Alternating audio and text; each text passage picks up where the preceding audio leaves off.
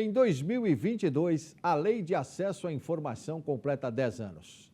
Ela foi criada para que a publicidade e a transparência sejam a regra e o sigilo seja a exceção.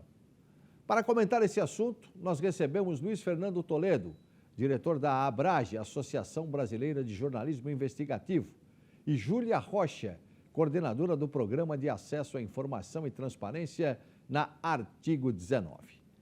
Muito obrigado aos senhores pela presença, sempre é importante esse assunto. Eu começo dirigindo uma pergunta para os dois, na verdade vou começar com a Júlia. Eu queria que vocês explicassem, né? Começando pela Júlia, para quem está nos assistindo e não sabe, de repente, o que é a Lei de Acesso à Informação, conhecida também por LAI, né? Então, eu queria que a Júlia começasse falando para a gente. Olá, pessoal. Queria agradecer o convite de estar aqui e, bom, já resumindo de maneira bastante simples, né? A Lei de Acesso à Informação é uma lei que ela procedimentaliza, né? Ela regulamenta o direito à informação no Brasil. Né? Já era um direito constitucionalmente previsto nos artigos 5º e 37 da Constituição Federal, mas a Lei 12.527 de 2011, na verdade, ela traz, né, quais são as obrigações do Estado com relação à transparência e a promoção e disseminação, né, promoção do direito de informação, produção e disseminação, né, de documentos e dados, e também quais são os fluxos responsáveis por essa troca aí entre Estado e cidadão. Tá certo. Luiz, a questão do jornalismo investigativo é fundamental você ter uma lei como essa, né? Ou seja, transparência para você pesquisar dados, enfim. Sem dúvida, você sempre precisou de informações do governo para trabalhar no jornalismo, para cobrir qualquer tipo de assunto, seja a quantidade de vagas em creches que foram criadas, seja a violência na sua cidade, no seu estado, tudo precisa ser quantificado de alguma forma para a gente saber o que está dando certo e o que não está, né? E a Lei de Acesso à Informação, como disse a Júlia, ela justamente trouxe uma forma de garantir que essas informações estejam disponíveis quando a gente precisar delas, sem depender do político da vez. Então, se você tem um político que é mais transparente, que é menos transparente, isso não deveria pesar na hora de ter acesso aos dados. Os dados têm que estar acessíveis para todos, independentemente da vontade do gestor da vez. E essa é a grande vantagem para o jornalismo, de você ter sempre essa ferramenta disponível para fazer as solicitações, as perguntas, enfim, e aí poder fazer as reportagens com base nesses dados. Uma coisa importante que eu queria comentar com vocês, independentemente de ser jornalista ou não ser jornalista, um cidadão comum que queira fazer uma consulta a um órgão de governo para saber como é que as verbas estão sendo utilizadas, se está tudo certinho, se ele tiver até, não só a curiosidade, mas muitas vezes é uma pessoa que precisa, né, para fazer alguma pesquisa ou coisa parecida. Porque acontece uma coisa muito importante, o Luiz sabe o que eu vou dizer, lamentavelmente essas informações não chegam até as pessoas muitas vezes, né? Então tem muita gente que fala para mim, mas tudo bem, lei de acesso à informação, como é que eu faço para acessar, não é? Como é que eu faço? As pessoas não têm muito ideia. Então eu queria que vocês falassem sobre isso. A Júlia pode começar e depois o Luiz complementa, por favor. Bom, a lei ela prevê duas formas, né, de acesso à informação, via transparência ativa e via transparência passiva.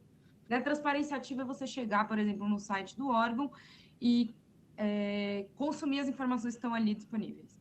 Né? Então, são as informações que elas são disseminadas de maneira proativa pelo Estado, sem provocação, né, por parte de um requerente de informação, né, uma pessoa que esteja buscando a informação.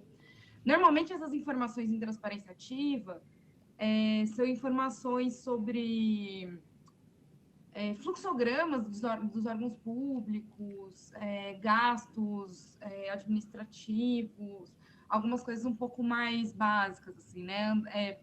Questões bem diretas sobre andamento de políticas públicas, alguns dados, né?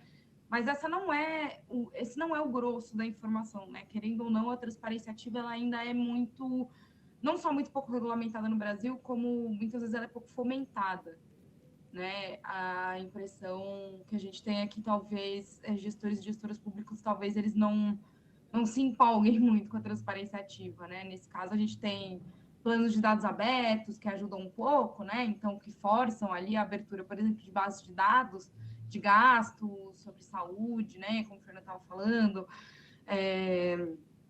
sobre disponibilidade de leitos em hospitais, creches, etc. Mas também existe a forma via provocação, né? Então, quando o cidadão vai atrás de uma informação via um sistema eletrônico de informação, por exemplo. Isso a gente chama de transparência passiva. Nesse caso, a pessoa pode fazer uma pergunta diretamente para o órgão que ela quer, o órgão que detém a informação que ela quer receber, né? E aí é isso. Aí o Estado tem, enfim, um determinado prazo para responder a pergunta, etc. Ô Luiz, como você está mais nessa área de jornalismo investigativo, dá para a gente confiar nessas informações? Existe alguma maneira de fiscalizar se de fato essas informações que são disponibilizadas, por exemplo, por uma prefeitura, quando vai falar, por exemplo, das verbas utilizadas na saúde, que a gente sabe que é uma prioridade, tem como fiscalizar isso? Tem como falar, não, essa informação realmente é correta? Como é que é feito isso? Queria que você explicasse para nós. Bom, a lei de acesso à informação ela é mais uma ferramenta dentro das várias ferramentas que os jornalistas têm para monitorar o poder público, não é a única.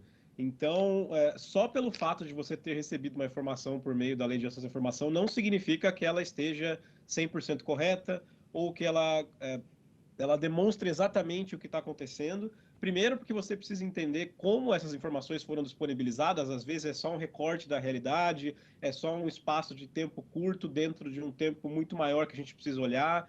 Às vezes não, enfim, você precisa entender o contexto, quem produziu aquela informação. Então, é uma resposta, parece meio óbvia, mas depende de apuração e depende de reportagem. Então, quando eu tenho acesso a uma informação por meio da LAI ou por meio de uma fonte, o comportamento vai ser o mesmo. Eu preciso entrevistar pessoas, se possível, chegar até a fonte original, quem produziu esses documentos, quem produziu esses dados. Se eu não conseguir falar com essa pessoa especificamente, eu vou falar com pessoas que trabalham com essa pessoa, com pessoas que já trabalharam naquele órgão público em algum momento e sabem como funciona aquilo.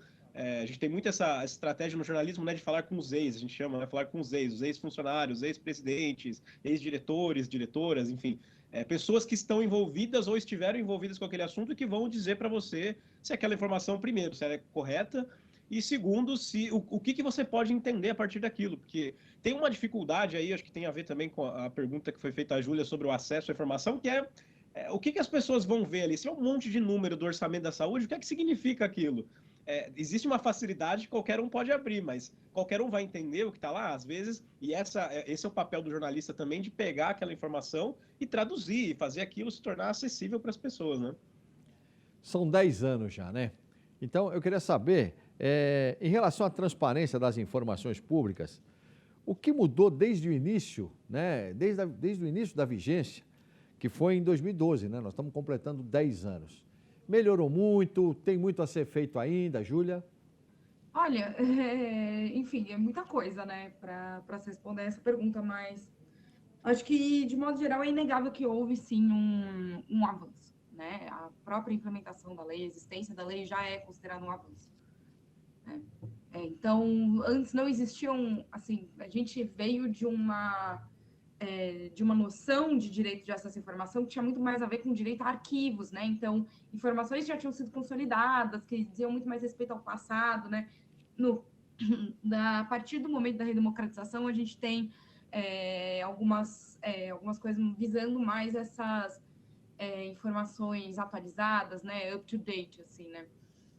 Então, acho que houve uma mudança muito grande, assim, com a LAI, na maneira de enxergar o que são documentos, né, úteis, assim, nesse sentido de o que deve ser compartilhado ou não, o fim do sigilo eterno, esse é um grande avanço, né, a procedimentalização da lei, que mais? É uma noção muito forte de que a lei é uma lei de direitos humanos, ela precisa ser lida como tal, né? Então ela funciona como uma das formas para se denunciar violações de direitos humanos, né? Isso é fundamental, inclusive, para uma imprensa livre, né? Baseada em fatos, tal. Então tem uma quantidade enorme de avanços. Com certeza. Né? Por outro lado, existem, né, obstáculos que são naturais, que existam, né? Então, falta de recursos para implementação, isso é uma coisa mais ou menos normal, assim, esperável, né? talvez não tanto, né, mas existem aí desafios técnicos de implementação em termos de permeabilização da lei no território nacional. Então, em âmbito regional e local, é mais difícil que essa lei seja implementada por conta da ausência ou presença de recursos. Uma dificuldade um pouco mais ou menos recente, né, que é essa harmonização entre a noção de dados pessoais e o direito à informação, são direitos muito correlatos, então não é possível falar que exista aí uma divergência na aplicação, mas o que existe às vezes é uma dificuldade, né, de gestores públicos. Mas acho que se for para a gente pontuar alguns retrocessos, né, acho que nos últimos 3 anos e meio a gente viu um crescimento assim com a falta de compromisso, na verdade, com a transparência, né? Então, o alto escalão do Executivo Federal criticando a produção de dados oficiais, né, a fim de ganhar, enfim, com a finalidade de ganhar para ganhos políticos individuais ou para sua família, né? Então, o uso abusivo de sigilo e também aliás, isso de maneira geral, né? Mas com um foco muito especial na segurança pública, né? A segurança pública está cada vez menos transparente, cada vez mais difícil de fiscalizar as ações das polícias, por exemplo, e isso abre espaço para abusos, né, nas operações policiais, que é o que a gente tem visto aí nessas últimas semanas.